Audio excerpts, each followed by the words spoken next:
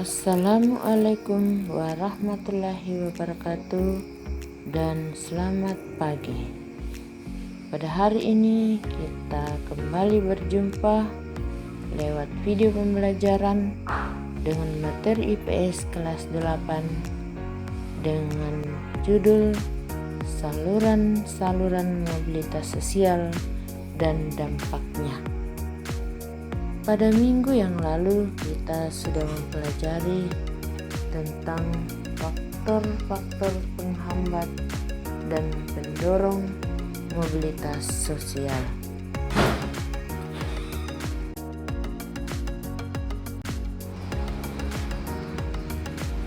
Saluran-saluran mobilitas sosial dan dampaknya. Sebelum kita membahas materi pada hari ini, terlebih dahulu kita melihat apa tujuan pembelajaran yang akan kita capai pada akhir pembelajaran, yaitu 1. Menyebutkan saluran-saluran mobilitas sosial masyarakat. 2. Menguraikan dampak positif mobilitas sosial. 3. Menguraikan dampak negatif mobilitas sosial. Dan yang keempat, menentukan saluran apa yang akan siswa lakukan agar terjadi mobilitas vertikal naik dalam kehidupanmu di masa datang. Saluran-saluran mobilitas sosial. Proses mobilitas sosial dalam masyarakat membutuhkan saluran-saluran mobilitas sosial. Apa itu saluran mobilitas? Saluran mobilitas sosial merupakan jalan yang digunakan individu atau kelompok untuk melakukan perpindahan status sosial, terutama perpindahan status sosial vertikal naik. Sebagai contoh, bagi seorang guru yang sedang bertugas di lembaga pendidikan, ia dapat mewujudkan mobilitas sosial di lembaga pendidikan tersebut. Seorang politikus di partai politik dapat melakukan mobilitas sosial di partai politik yang ia ikuti. Berikut marilah kita melihat contoh saluran-saluran mobilitas sosial. Ada 4, yaitu A. Pendidikan. Pendidikan merupakan saluran bagi mobilitas vertikal yang sering digunakan karena melalui pendidikan orang dapat mengubah statusnya. Contoh, seorang anak dari keluarga miskin mengenyam sekolah sampai jenjang perguruan tinggi.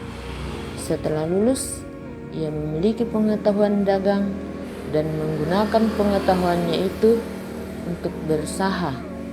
Setelah ia berhasil menjadi pedagang, secara otomatis status sosialnya juga meningkat.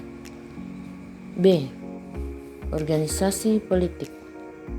Banyak contoh orang yang meniti perjuangan karir di organisasi politik dari tingkat rendah sampai tingkat tinggi.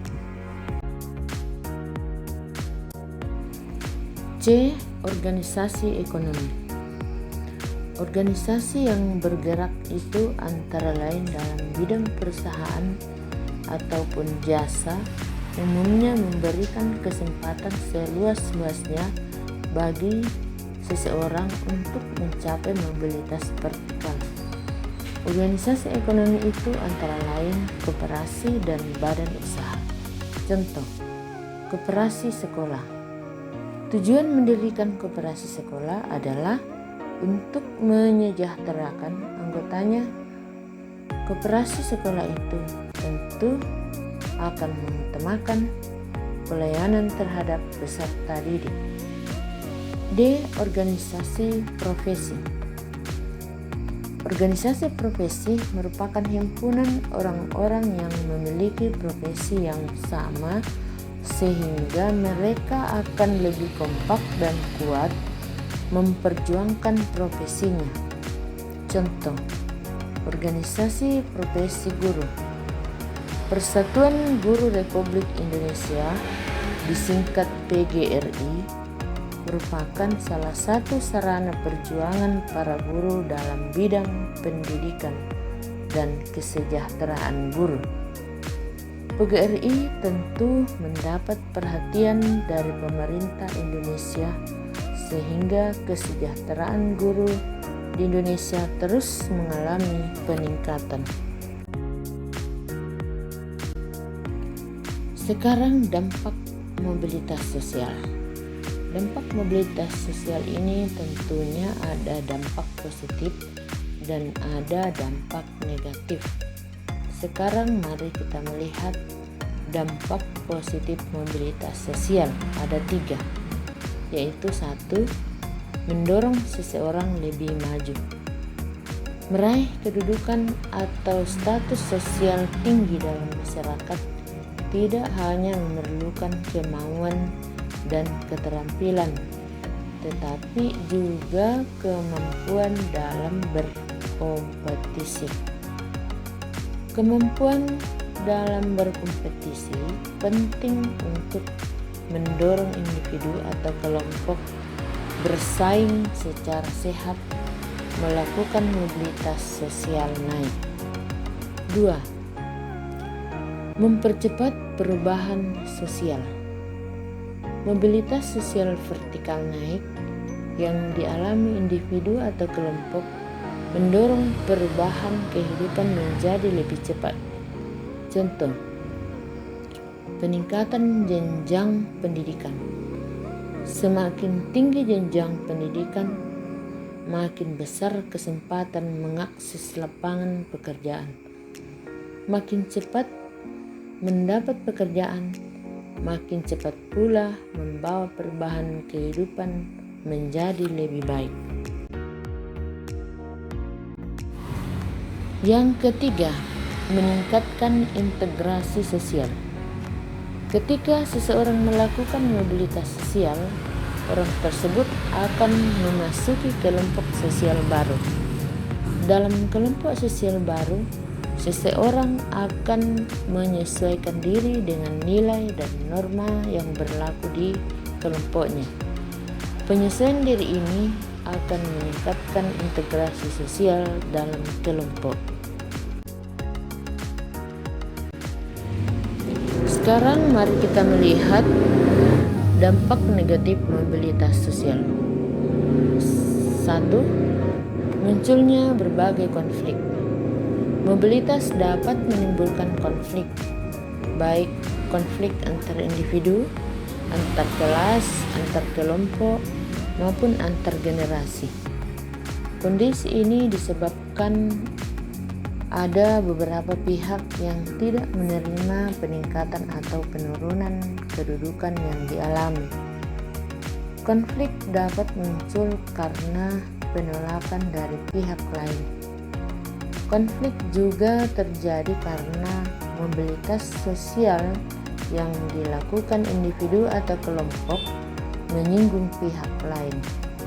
Yang kedua, menimbulkan gangguan psikologis. Mobilitas sosial dapat menimbulkan kecemasan dan ketegangan. Rasa cemas dan tegang terutama dialami orang yang tidak memiliki kemampuan melakukan mobilitas sosial. Kecemasan dan ketegangan juga dapat dirasakan orang-orang yang ingin mempertahankan kedudukannya. Kecemasan yang berlarut-larut dapat menimbulkan gangguan psikologis seperti stres, depresi, atau gangguan jiwa. Inilah dampak negatif mobilitas sosial. Baik, Ibu akan memberikan soal latihan untuk menjadi penilaian pengetahuan, yaitu 1. Tuliskan saluran-saluran mobilitas sosial. 2. Tuliskan dampak positif dan dampak negatif mobilitas sosial. 3. Tentukan saluran apa yang akan dilakukan sebagai seorang siswa agar mengalami mobilitas sosial vertikal naik dalam kehidupan di masa yang akan datang. Demikianlah pembelajaran kita pada hari ini. Semoga dapat bermanfaat dan berguna bagi anak-anakku sekalian. Sampai jumpa pada minggu yang akan datang. Dan saya akhiri dengan ucapan wassalamualaikum warahmatullahi wabarakatuh.